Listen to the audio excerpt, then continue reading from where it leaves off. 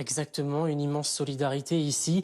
Et justement, on vous a emmené chez un habitant qui s'est porté volontaire pour justement héberger des sinistrés, des personnes qui ont été évacuées. Roland, merci d'être avec nous ce soir. Vous hébergez au total 8 personnes dans votre maison cette nuit. Pourquoi pour vous, vous me le disiez, ça paraissait si normal de le faire? Ah oui, Expliquez-nous. c'est tout à fait normal. Ça peut arriver à tout le monde, ces histoires, enfin, cette catastrophe. Et puis, moi, je suis habitué à être solidaire des gens. C'est tout à fait normal pour moi. Vous me le disiez, ça vous a touché aussi cette histoire-là. Vous me le disiez, des personnes évacuées. Pour vous, quand vous avez vu toutes ces personnes arriver ici, c'était inimaginable de les laisser dehors, c'est Ah ça? oui, en plus, c'était un flux, une marée, enfin, pas une marée humaine, mais des voitures qui se garaient n'importe où. Et puis, la municipalité nous a fait une liste, si on pouvait accueillir des gens. Moi, la première nuit, j'ai eu un couple avec 2 ados. Ils sont partis, puis j'ai eu de nouveau ce groupe-là de familial de 8 personnes.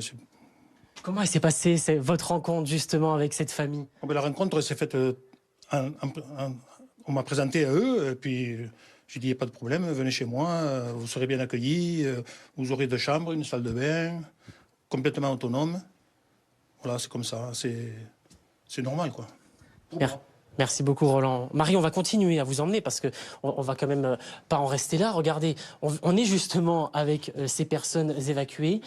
Kylian, expliquez-nous, vous avez été évacué, donc vous en fait vous êtes en vacances dans le secteur, vous étiez dans une location et vous avez été évacué. Expliquez-nous comment vous l'avez ressenti cette évacuation et votre arrivée jusqu'ici quand vous avez vu toute cette solidarité. Expliquez-nous. Alors c'est vrai que ça s'est fait très vite.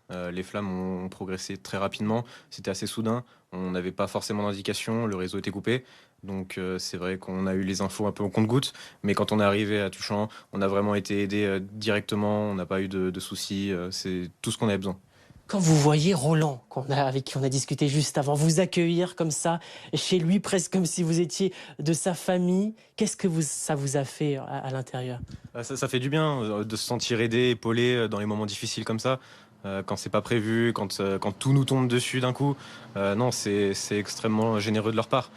C'est des vacances finalement un petit peu improvisées, mais finalement, est-ce que c'est pas une aventure que vous garderez en mémoire? Ça c'est sûr, on risque pas de les oublier. La gentillesse des personnes et ces vacances un peu improbables.